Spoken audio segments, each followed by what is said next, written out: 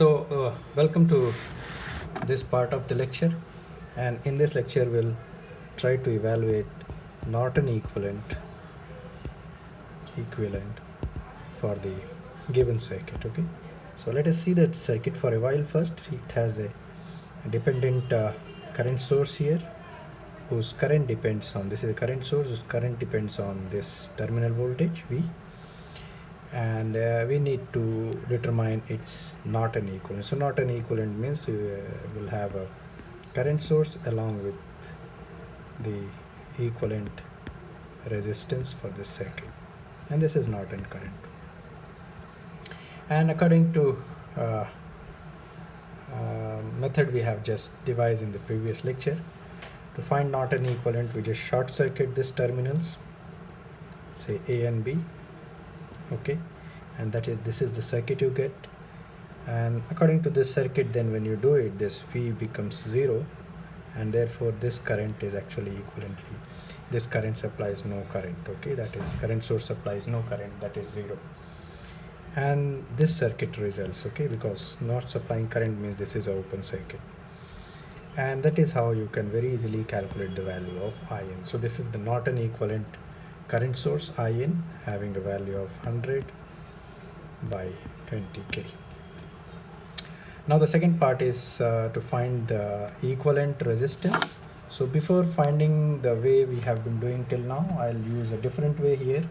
I'll first find VTH for this, okay, and then I'll use VTH by RTH to get the value of equivalent resistance. Okay, so let us try to find out VTH. What I will do here is I will write the equation for this particular node, and let's say this node is VA.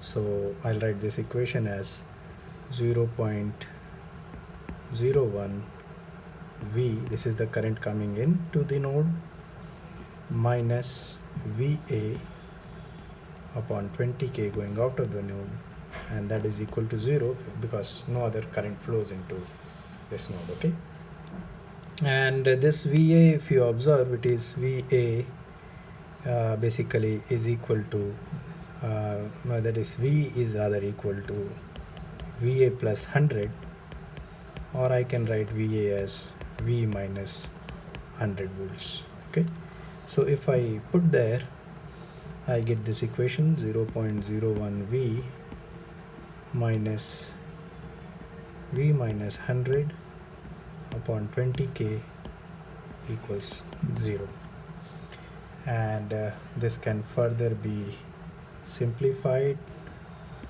01 V minus V upon 20k minus 100 upon plus 100 upon 20k equal to 0, and this gives me V, collecting the terms here, 0.01 minus 1 upon 20k minus of 100 upon 20k, and then I can calculate this as equal to, this is 20k into 0, so this comes out to be 200 minus 1 upon 20k to V 100 upon 20k, and this V is equal, this is 199 and 20k, so this V is minus 100 upon 199, and this is basically the VTH.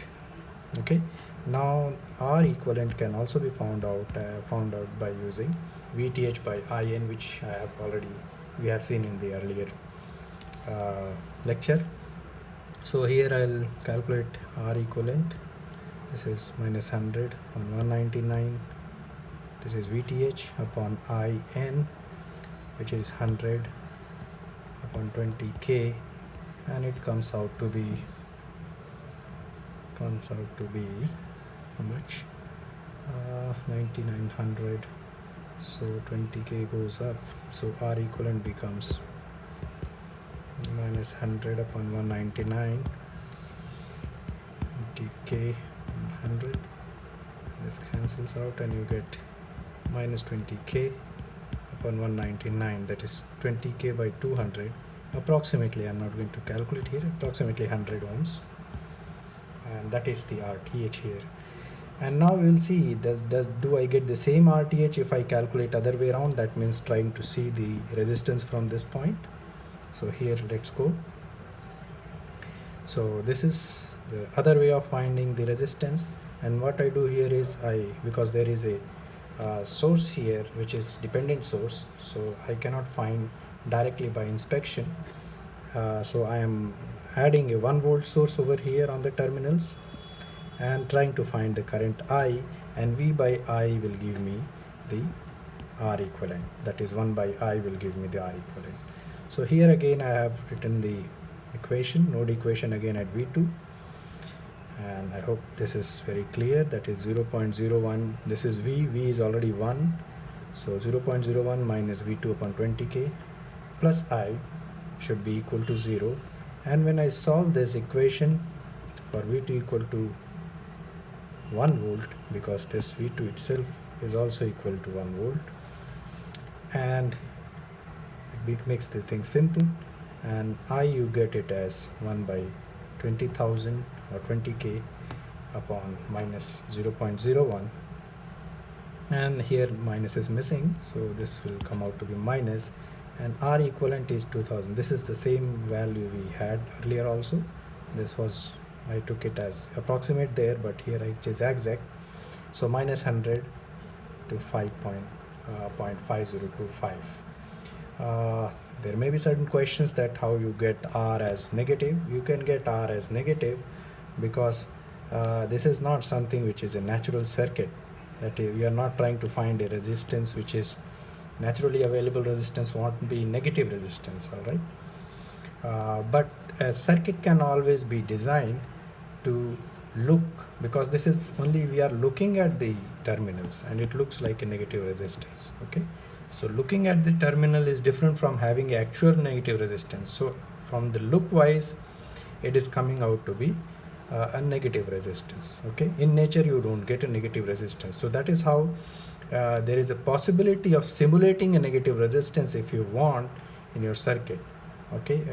For example, I'll just give you an idea of negative resistance. Suppose you have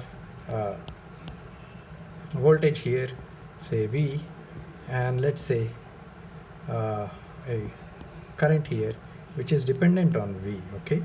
So let's say 0.01. Naturally, if you have a voltage source, the flow of current would be in this direction, okay? If anything is there over here. But when I put a source over here having this direction, the current flows over here, okay? And 0.01 V. And now if you want to find the resistance seen by this voltage source, okay, it is coming inside of it. So if you'll find that this voltage source, whenever joined to this particular circuit, okay, will be seeing a negative resistance to it, okay?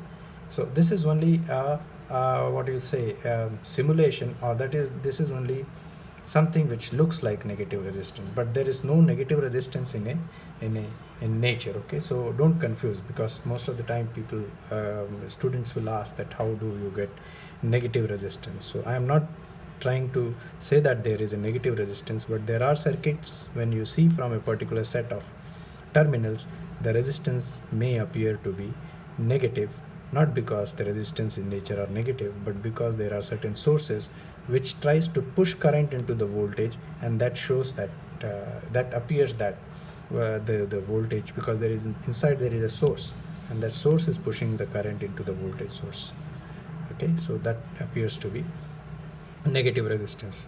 Now let us come to another concept or another theorem, you can say, maximum power transfer theorem. And let me first put what is this and in what context this becomes important. Especially in electronics engineering, people want to transfer maximum power from the source to the sink, okay? So if you have power source here, and if you want to join a sink over here, you want to transfer maximum power to the sink, okay? Because these two are actually naturally related, okay, in electrical engineering.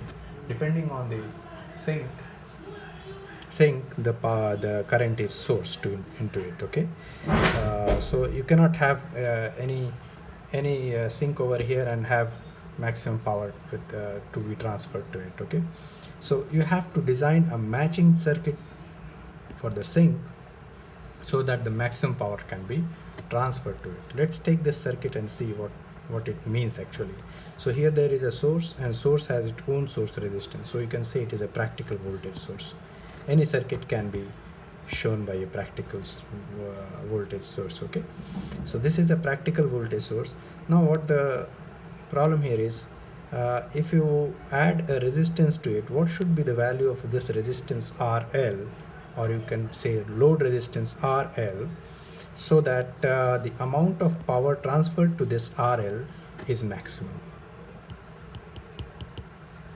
Okay, so what could be this power? Okay, so the power in this resistance, if you calculate, PL is VL into IL, that is the voltage across this resistance RL, and the current into it, so VL into IL, or I square RL, whatever you say, IL rather, IL square RL, and this is equivalent to this value. Okay, so this is very simple series circuit, and you can find the value of IL or I in this, and you can calculate the amount of PL which is being transferred, the amount of power being transferred to the to this resistance RL. Now when this will be maximum, so to get that maximum, that since I want this is fixed for a source, I want this to be